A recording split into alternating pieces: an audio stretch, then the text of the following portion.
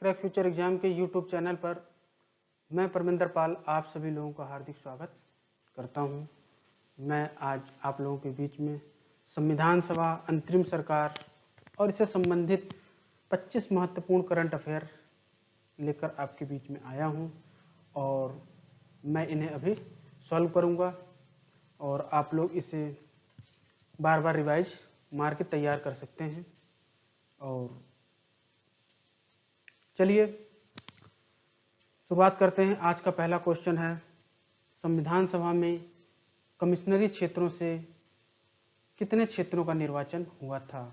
उत्तर है ए 2 क्षेत्र थे, बी है 3 क्षेत्र थे, ऑप्शन सी है 4 निर्वाचन क्षेत्र थे, ये ऑप्शन डी है 5 निर्वाचन क्षेत्र थे। इसका सही आंसर है वह ऑप्शन नंबर सी 4 निर्वाचन क्षेत्र थे। प्रश्न 2, दोस्तों जो भी इस चैनल पर क्रैक फ्यूचर एग्जाम के नए चैनल पर जो भी हमारे दोस्त जुड़े हैं वो लोग मेरे चैनल को सब्सक्राइब कर दें ताकि मैं कोई भी वीडियो अपलोड करूं उसका नोटिफिकेशन आप तक पहुंच जाए। प्रश्न 2 है, अस्थायी अध्यक्ष हेतु डॉक्टर सच्चिदानंद का प्रस्ताव किसने किया था? उत्तर ए है जेबी कृपलानी ने, ऑप्शन बी है पंडित जवाहरलाल नेहरू ने और ऑप्शन सी है डॉक्टर राजेंद्र प्रसाद ने और ऑप्शन डी है एच.सी. मुखर्जी ने। इसका सही आंसर है वह ऑप्शन नंबर ए जेबी कृपलानी ने। प्रश्न 3, संविधान सभा का अंतिम वाचन कब हुआ था? इससे संबंधित क्वेश्चन एग्जामों में लगातार पूछा जा रहा है। जो प्रश्न नंबर 3 दिख रहा है इससे लगातार पूछा जा रहा है। उत्तर ए 15 नवंबर से 17 अक्टूबर तक, बी है 14 नवंबर से 26 नवंबर तक, ऑप्शन सी है 20 नवंबर से 25 दिसंबर तक और ऑप्शन डी है 27 नवंबर से 15 दिसंबर तक। तो इसका आंसर है ऑप्शन नंबर बी 14 नवंबर से 26 नवंबर तक। इसी दिन हमारा संविधान अंगीकृत हुआ था, 26 नवंबर।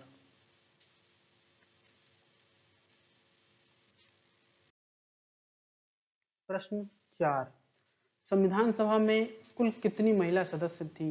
Option A 12, option B 13, option C 14 और ऑप्शन डी है 15। इसका सही आंसर है ऑप्शन नंबर डी 15।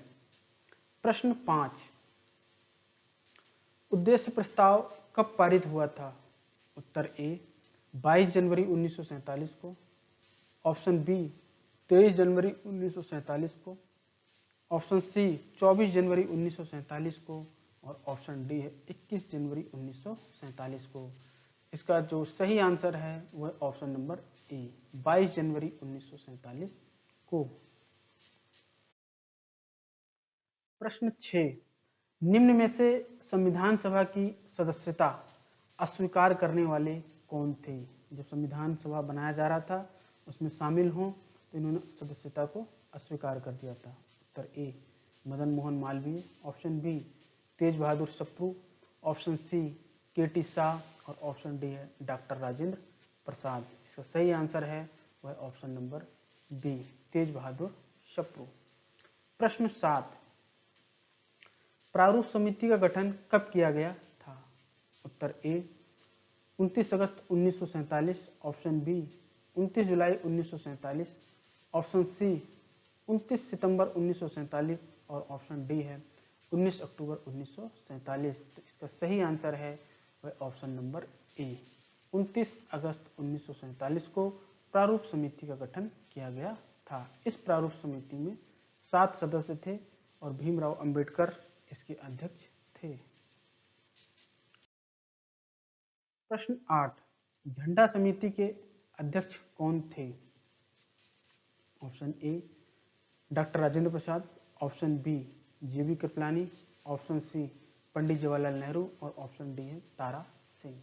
इसका सही आंसर है वह option number A doctor Rajendra Prasad. जब हमारा संविधान बनाया जा रहा था उस समय झंडा समिति बनाई गई थी और उसके अध्यक्ष डॉक्टर राजेंद्र प्रसाद जी थे।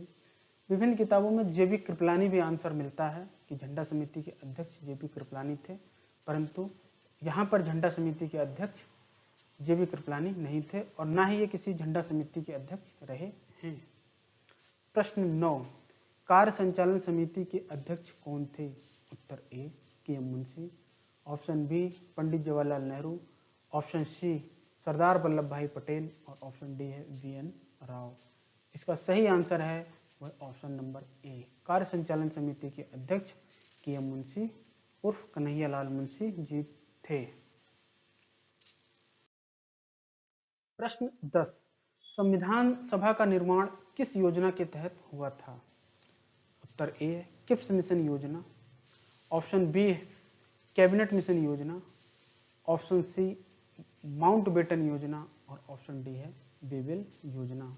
इसका जो सही आंसर है वह option number B, cabinet mission योजना के तहत संविधान सभा का निर्माण हुआ था और इस मिशन में 3 सदस्य शामिल थे। प्रश्न 11, संविधान सभा में पारसी समुदाय का प्रतिनिधित्व किसके द्वारा किया गया था? उत्तर A D P. Khaitan, option B P H. Modi, option C Frank Anthony और ऑप्शन डी है जयपाल सिंह। इसका सही आंसर है वह option number B, P H. Modi ने पारसी समुदाय का प्रतिनिधित्व संविधान सभा में किया था। प्रश्न 12, मूल संविधान के हिंदी संस्मरण का सुलेखन किसके द्वारा किया गया था? सुलेखन मतलब सजाया था, किसने?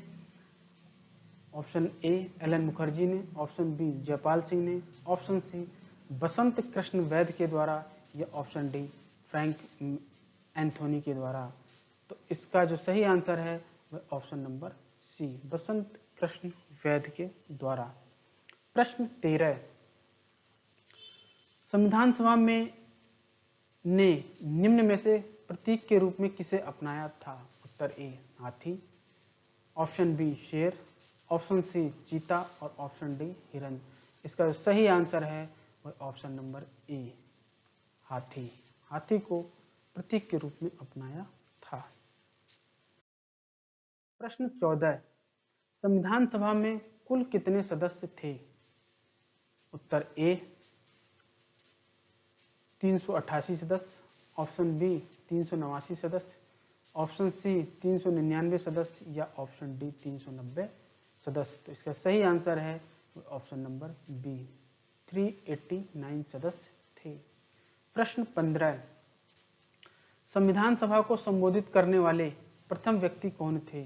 उत्तर A Pandit Jawaharlal Nehru, option B doctor Rajendra Prasad, option C J B Kripalani या ऑप्शन डी सरदार वल्लभ भाई पटेल। तो इसका सही आंसर है ऑप्शन नंबर सी, जेबी कृपलानी ने संविधान सभा को संबोधित किया था प्रथम बार। उत्तर ए है विधानसभा द्वारा, ऑप्शन बी है जनता द्वारा, ऑप्शन सी है देसी रियासत के द्वारा या ऑप्शन डी है ब्रिटिश प्रांत के द्वारा। तो संविधान सभा का चुनाव विधानसभा के द्वारा किया गया था। जनता ने विधानसभा को चुना और विधानसभा ने संविधान सभा को चुना था। इस प्रकार संविधान सभा का चुनाव अप्रत्यक्ष रूप से हुआ था। प्रश्न 17, संविधान सभा का एक प्रतिनिधि कितनी जनसंख्या का प्रतिनिधित्व करता था? उत्तर A 12 lakh, option B 10 lakh, option C 15 lakh और ऑप्शन डी 8 लाख। इसका सही आंसर है वह ऑप्शन नंबर बी, 10 लाख।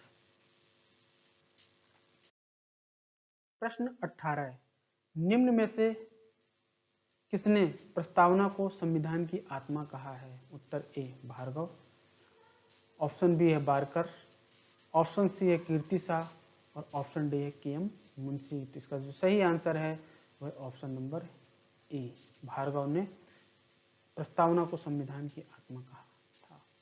प्रश्न 19, पंडित जवाहरलाल नेहरू ने अंतरिम सरकार का गठन कब किया था? अंतरिम सरकार, उत्तर ए 2 सितंबर 1946 को, बी है 3 सितंबर 1946 को ऑप्शन सी है 4 सितंबर 1946 को, या ऑप्शन डी है 5 सितंबर 1946 को। तो इसका जो सही आंसर है वो ऑप्शन नंबर ए 2 सितंबर 1946 को। प्रश्न 20, मुस्लिम लीग अंतरिम सरकार में कब शामिल हुई थी? उत्तर ए 24 अक्टूबर 1946 को, बी है 28 अक्टूबर 1946 को, ऑप्शन सी है 29 अक्टूबर 1946 को, या ऑप्शन डी है 26 अक्टूबर 1946 को। तो इसका सही आंसर है ऑप्शन नंबर डी 26 अक्टूबर 1946 को, क्योंकि अंतरिम सरकार में मुस्लिम लीग ने शामिल होने से मना कर दिया था। बाद में इन्हें समझाया बुझाया और शामिल किया था। प्रश्न 21, मुस्लिम लीग ने अंतरिम सरकार के विरोध में प्रत्यक्ष कार्रवाई दिवस कब मनाया था? उत्तर ए 16 अगस्त 1946 को, ऑप्शन बी 17 अगस्त 1946 को, ऑप्शन सी 16 जुलाई 1946 को, या ऑप्शन डी है 16 सितंबर 1946 को। इसका सही आंसर है वह ऑप्शन नंबर ए 16 अगस्त 1946 को। प्रश्न 22, कांग्रेस ही संविधान सभा थी, यह कथन किसका है? उत्तर ए जेनिक्स का, ऑप्शन बी चर्चिल का, ऑप्शन सी बारकर का, या ऑप्शन डी ग्रेनविल ऑस्टिन का। तो ये कथन ग्रेनविल ऑस्टिन का है। इस प्रकार ऑप्शन जो है सही वह है डी। प्रश्न 23, किस वाद में सुप्रीम कोर्ट ने प्रस्तावना को संविधान का अंग माना था?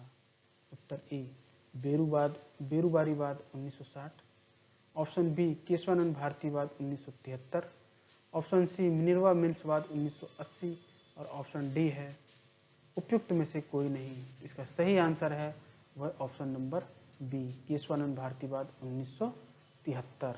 और बेरूबारीवाद 19 प्रथम बार ये मामला सुप्रीम कोर्ट में आया था, जो प्रस्तावना से संबंधित था। प्रश्न 24 है,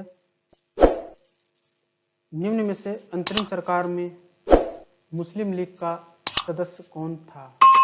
जब अंतरिम सरकार बनाई जा रही थी तो उसमें मुस्लिम लीग शामिल नहीं हुई थी। बाद में जो है उसको समझा बुझा करके शामिल किया गया था और 5 सदस्य उसके शामिल थे। उनमें से एक कौन था? A Jogendranath Mandal, option B CH Bhabha, option C doctor John Matthai, और ऑप्शन डी है सरदार बलदेव सिंह। इसका सही आंसर है वह ऑप्शन नंबर ए जोगेंद्रनाथ मंडल।